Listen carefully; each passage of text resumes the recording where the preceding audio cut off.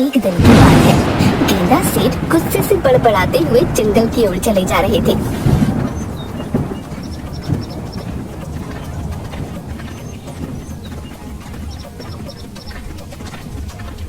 मेरी पत्नी अपने आप को पता नहीं क्या समझती है।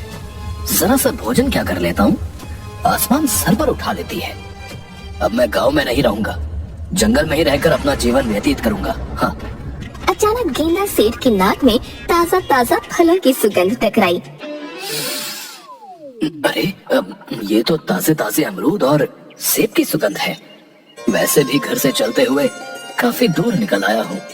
मुझे तो बहुत तेजी से भूख लगने लगी। मैं क्या करूँ? गेंदा सेठ इधर उधर देखने लगे।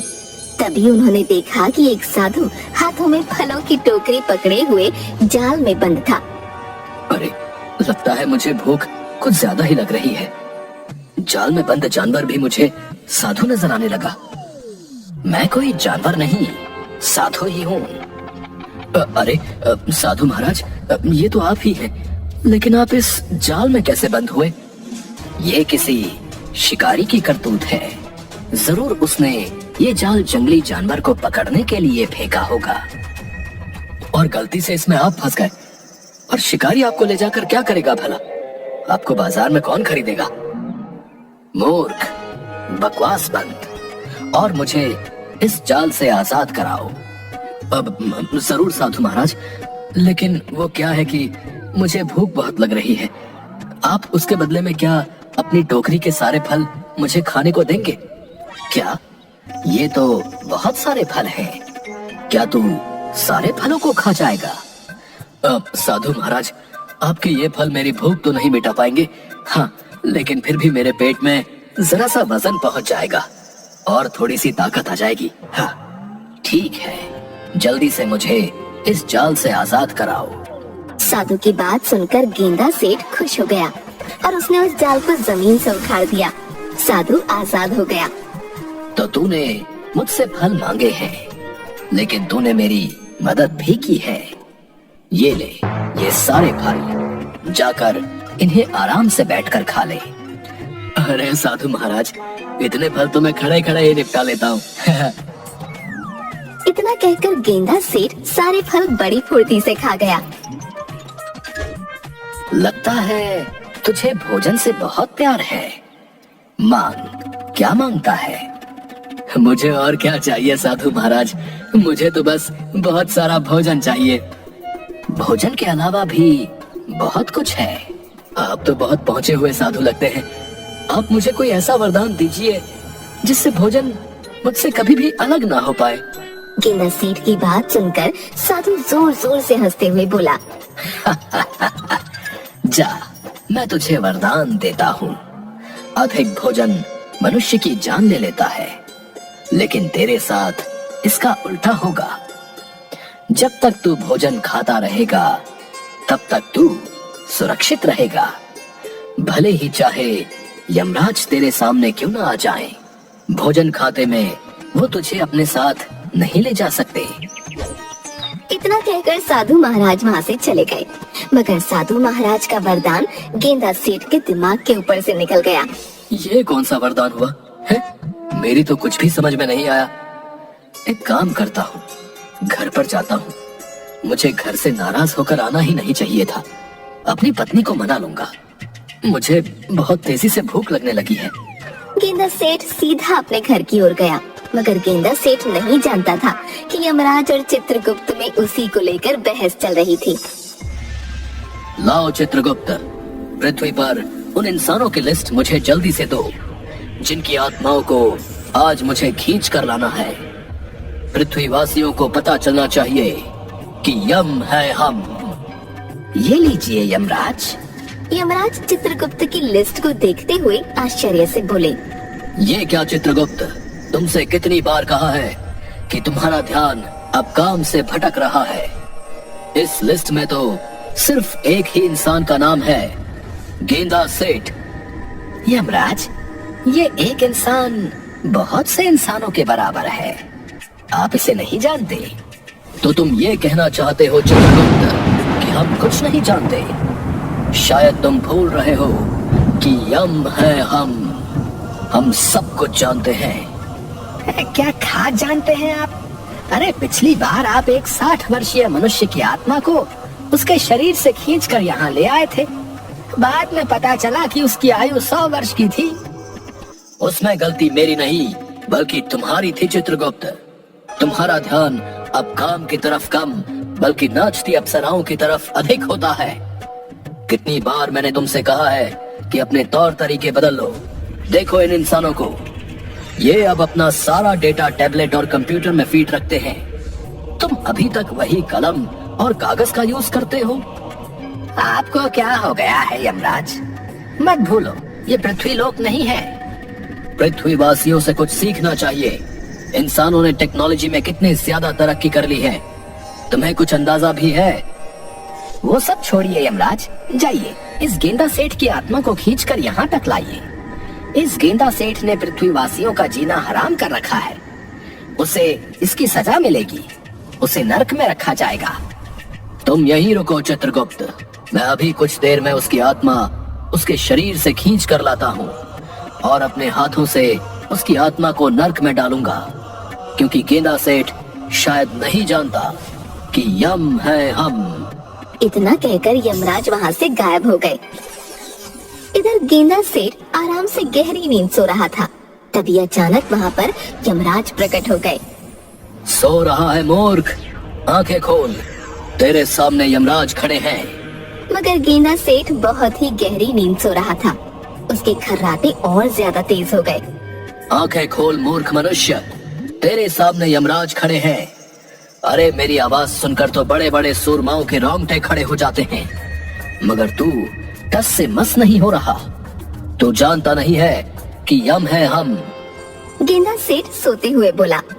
पता नहीं मुझे ऐसा क्यों लग रहा है जैसे कि कोई बोल रहा है कि बबल गम है हम। बबल गम नहीं मूर्ख, यम है हम, यम है हम। अचानक गेंदा सेठ की आंख सोते हुए से खुल गई और वो यमराज की तरफ गौर से देखने लगा। देख क्या रहा है मूर्ख मनुष्य? अपनी आंखों से मुझे देखकर तेरी सिट्टी पिट्टी गुम हो गई ना? अब तो तुझे यकीन हो गया कि तेरे सामने वास्तव में यमराज खड़े हुए हैं। तेरा समय आ गया है, अब जल्दी से मेरे साथ चलने के लिए तैयार हो। मैंने सुना तो था कि अगर रात के समय मिर्ची की सब्जी ज्यादा खा लो तो सोते हुए सपने खराब आते हैं। आज विश्वास भी हो गया। मुझे वो मिर्ची वाली सब्जी खानी नहीं चाहिए थी। कल से मैं थोड़ी कम मिर्ची खाऊंगा, तब मुझे अच्छे अच्छे सपने आएंगे। ये जो कुछ भी तू देख रहा है मूर्ख मनुष्य, वो सपना नहीं बल्कि सत्य है। तेरे सामने वास्तव में यमराज खड़े हैं। इतना कहकर यमराज ने एक चांटा गेंदा सेठ के गाल पर जड़ दिया। अरे मेरे सामने तो वास्तव में ही यमराज खड़े हैं। हाँ गेंदा सेठ, ये मैं ही हूँ यमराज। अब तुझे पता लगेगा कि यम है हम। गेंदा यमराज को देखकर रोते हुए बोला। मुझे मत ले जाओ यमराज, अभी मैंने इस संसार में देखा ही क्या है। मूर्ख, इस संसार में तू पूरे 50 वर्ष बिता चुका है और मैंने सुना है कि इन 50 वर्षों में तूने 50,000 लोगों का जीना हराम कर रखा है। क्या अब और लोगों को परेशान करना चाहता है? अचानक गेंदा सेठ के मन में उस साधु का विचार आ गया और वो मनी मन अपने आप से बोला। उस साधु ने भी आज यमराज का ही जिक्र किया था। हो ना हो वो पहुंचा हुआ साधु इस बारे में जरूर कुछ जानता होगा। मुझे उसके वरदान के बारे में गहराई से सोचना होगा। जरूर उसके वरदान में कुछ न कुछ छुपा हुआ है। गेंदा सेठ साधु के वरदान के बारे में गहराई से सोचने लगा और उसकी आंखों के सामने साधु के दृश्य घूम गए। जा, मैं तुझे वरदान देता हूँ। अधिक भोजन मनुष्य की जान ले लेता है, लेकिन तेरे साथ इसका उल्टा होगा। जब तक तू भोजन खाता रहेगा तब तक तू सुरक्षित रहेगा। भले ही चाहे यमराज तेरे सामने क्यों ना आ जाए, भोजन खाते में वो तुझे अपने साथ नहीं ले जा सकते। समझ गया, मुझे ऐसे यमराज के सामने रोना नहीं चाहिए, बल्कि कोई योजना सोचनी चाहिए। अब जब आप मेरे सामने आ ही गए हैं यमराज, तो फिर आपके सामने मेरी क्या ही चल सकती है। लेकिन मेरे एक प्रश्न का उत्तर तो आप दे ही सकते हैं ना? मैं एक प्रश्न का उत्तर नहीं बल्कि सैकड़ों प्रश्नों के उत्तर दे सकता हूँ, क्योंकि यम है हम। मैंने सुना है ईश्वर दूसरों को भोजन खिलाने से बहुत प्रसन्न होते हैं। क्या ये सत्य है? बिल्कुल सत्य है। तो फिर क्या आप मुझे भोजन नहीं खिलाएंगे? मुझे बहुत तेजी से भूख लगी है। मुझे देखकर लोगों की भूख मर जाती है। पहली बार ऐसे इंसान को देख रहा हूँ जिसके सामने यमराज खड़ा है और उसे भूख लग रही है। मैं तेरी आखिरी इच्छा को अवश्य पूरी करूंगा, क्योंकि तूने मेरे सामने ईश्वर का नाम लिया है और तू तो अब समझ ही गया होगा कि यम है हम। इतना कहकर यमराज ने अपनी गदा सामने की ओर कर दी। गदा में से सफेद रंग की किरणें फूटने लगीं और गेंदा सेठ के सामने एक से एक अधिक लजीज व्यंजन रखे हुए थे। ले, खा ले आखिरी भोजन, उसके बाद तो तुझे मेरे साथ चलना ही होगा। एक शर्त पर मैं इस भोजन को हाथ लगाऊंगा। अगर मेरा इस भोजन को खाकर पेट भर जाएगा तभी आप मेरे शरीर से मेरी आत्मा खींचोगे, भूखे पेट नहीं। क्या ये वादा करते हो आप? अरे, तेरे सामने 20 व्यक्तियों का भोजन रखा है मूर्ख मनुष्य। फिर भी मैं वचन देता हूँ, क्योंकि यम है हम। यमराज की बात सुनकर गेंदा सेठ के होठों पर रहस्यमयी मुस्कान आ गई। गेंदा सेठ कुछ ही देर में वो भोजन को चट कर गया। मेरा कुछ भला नहीं हुआ यमराज। यमराज ने उससे भी अधिक भोजन गेंदा सेठ के सामने रखा। गेंदा सेठ देखते ही देखते वो सारा भोजन भी खा गया। थोड़ा और लाइए यमराज। तूने मुझे क्या अपना गुलाम समझ रखा है? मैं यहाँ पर तेरी आत्मा खींचने आया हूँ, तुझे भोजन कराने नहीं आया। लेकिन आपने तो वचन दिया था। अब मैं तेरे सामने इतना अधिक भोजन रखूंगा जिसकी तुमने कल्पना भी नहीं की होगी, मगर उसके लिए मुझे कुछ देर के लिए यहाँ से जाना होगा। इतना कहकर यमराज वहाँ से गायब हो गए। तुरंत चित्रगुप्त के पास पहुँचे। चित्रगुप्त भोजन कर रहा था। यमराज, आप खाली हाथ आए हैं। गेंदा सेठ की आत्मा कहाँ है? सवाल मत करो चित्रगुप्त। सवाल करने का अधिकार सिर्फ हमारा है, क्योंकि यम है हम यहाँ से बहुत सारा भोजन ले जाने के लिए आए हैं। यमराज ने चित्रगुप्त का और वहाँ सारा रखा भोजन पृथ्वी पर ले जाकर गेंदा सेठ के सामने रख दिया। अब देखता हूँ तेरा पेट कैसे नहीं भरता। गेंदा सेठ आराम से फिर से भोजन करने लगा, मगर अब वो धीरे धीरे भोजन कर रहा था और यमराज को यही बात सबसे ज्यादा विचलित कर रही थी। तभी यमराज के कानों में चित्रगुप्त की आवाज टकराई। यमराज, इसने आपको मूर्ख बना दिया है। कितनी बार कहा है आपको कि अपने काम पर ज्यादा ध्यान दीजिए, न कि इस बात पर कि यम है हम। अरे, पृथ्वी लोक पर इस भुक्कड़ का पेट कोई नहीं भरवा सकता और आप यहाँ का भी सारा भोजन ले गए। सभी अप्सराएं भूखी बैठी हुई हैं। तो फिर तुम ही बताओ चित्रगुप्त, मैं इस सिचुएशन में क्या करूं? मैंने इसे वचन दिया है, मैं तो फंस चुका हूँ। अरे, वचन के बाद में ईश्वर से क्षमा मांग लेना। इसकी भोजन करते ही प्राण खींच लो। शायद तुम सही कहते हो, मुझे इस मनुष्य ने मूर्ख बना दिया है। इसे इसकी सजा जरूर मिलेगी, क्योंकि शायद ये अभी तक नहीं जानता कि यम है हम। इतना कहकर यमराज ने जैसे ही अपने गदे से गेंदा सेठ के प्राण खींचने की कोशिश की, तभी यमराज का गदा उल्टा ही यमराज के सर पर पड़ गया। ये कैसे संभव हो सकता है? ऐसा पहली बार हुआ है कि मेरा गदा मेरे ही सर पर पड़ गया। यमराज क्रोधित होकर गेंदा सेठ की ओर देखकर बोले, मुझे बता मूर्ख मनुष्य, तेरे प्राण मैं क्यों नहीं खींच पा रहा हूँ? आप मेरे चाहकर भी प्राण नहीं खींच सकते यमराज, क्योंकि मुझे वरदान मिला हुआ है कि भोजन करते हुए अगर मेरे सामने यमराज भी आ जाए तब भी वो मुझे अपने साथ नहीं ले जा सकते। वरदान, जहाँ तक मैं जानता हूँ तूने तो सिर्फ लोगों को परेशान किया है। आखिर तुझे वरदान किसने दिया? एक साधु ने मुझे वरदान दिया है। आखिर वो साधु तुझे वरदान देने वाला होता कौन है? वरदान देने से पहले उसे मुझसे पूछ तो लेना चाहिए था। साधु महाराज वरदान देने से पहले आपसे क्यों पूछेंगे? तभी वहाँ पर वही साधु प्रकट हुए और मुस्कुराते हुए यमराज से बोले, क्या हुआ यमराज, आप इतने क्रोधित नजर क्यों आ रहे हैं? यमराज ने क्रोधित होते हुए सारी घटना उस साधु को बता दी। आपको कुछ गलत फहमी हो गई है यमराज।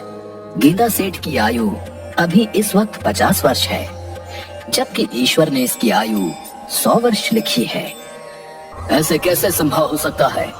मेरे पास चित्रगुप्त का दिया हुआ लेटर है, ये देखिए। मुझे लगता है कि आप इस लेटर को स्वयं देखिए। यमराज ने जैसे ही उस लेटर को देखा तो उसमें गेंदा की आयु 100 वर्ष लिखी हुई थी। जब मैं पृथ्वी पर आया था तब तो इसकी आयु 50 वर्ष लिखी हुई थी। हाँ, लेकिन जब मैंने इसे वरदान दिया तब ईश्वर ने इसकी आयु के 50 वर्ष और बढ़ा दिए। शायद चित्रगुप्त लिखना भूल गए। ठीक है गेंदा सेठ, अभी तो मैं जाता हूँ, लेकिन 50 वर्ष बाद मैं जरूर आऊंगा, और उसके बाद मैं तेरी बातों में नहीं आऊंगा। वो सब तो बहुत बात की बात है यमराज, लेकिन आप जो भोजन लेकर आए हैं वो बहुत ही स्वादिष्ट है। इतना स्वादिष्ट भोजन तो मैंने पृथ्वी लोक में भी नहीं खाया। क्या आप थोड़ा सा भोजन और ला सकते हैं? गेंदा सेठ की बात सुनकर यमराज क्रोधित हुए और वहाँ से गायब हो गए। साथ ही साथ साधु भी। जो भी हो, इतना तो मुझे पता लग गया है कि दूसरों की सहायता जरूर करनी चाहिए। आज सुबह मैंने साधु महाराज की सहायता की और देखो कितना अधिक मुझे भोजन खाने को मिला। भोजन समाप्त करके गेंदा सेठ आराम से वहाँ पर